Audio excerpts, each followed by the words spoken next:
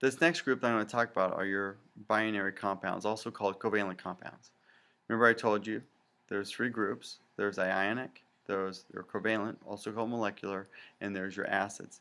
Always look at the first element. If the first element's a metal, we just finished up with that, that's ionic. And ionic, you're focusing on the charges, and that's where you have to memorize. And once you have the charges memorized, you realize it comes down to simple elementary math. Your positive and negative must add up to 0. Covalents are easy as well. Easy because you don't have to worry about charges.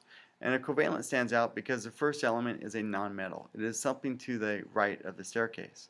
Now, covalent compounds do want to gain a full octet. They do want to look like a noble gas, but they do accomplish this by sharing electrons, so they don't have charges. For example, we see CO, carbon monoxide, and CO2, carbon dioxide.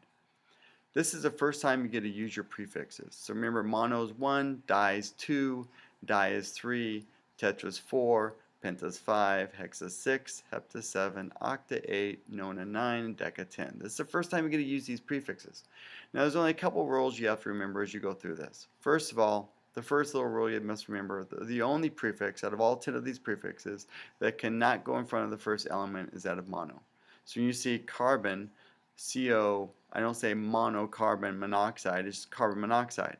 And the only other rule you have to worry about is there's a prefix. And in your prefixes, or your prefixes for the numbers, mono, di, tri, all of them, the vowel that gets dropped only in front of oxygen. Doesn't matter in front of any other nonmetal is fine, but in front of oxygen, there are two vowels that must be dropped, and that's the O or the A. So in this example, as you see, I don't say monoxide, it's monoxide. I wouldn't say tetraoxide, it's tetroxide. So let's do some practice here. Again, just remember the rule. The O and the A must be dropped off of the prefix when in front of oxygen and in front of oxygen only. So you see N2O, I have two nitrogens, so it's dioxide, and I have one oxygen, so it's monoxide? No, it's monoxide. Remember, drop the O.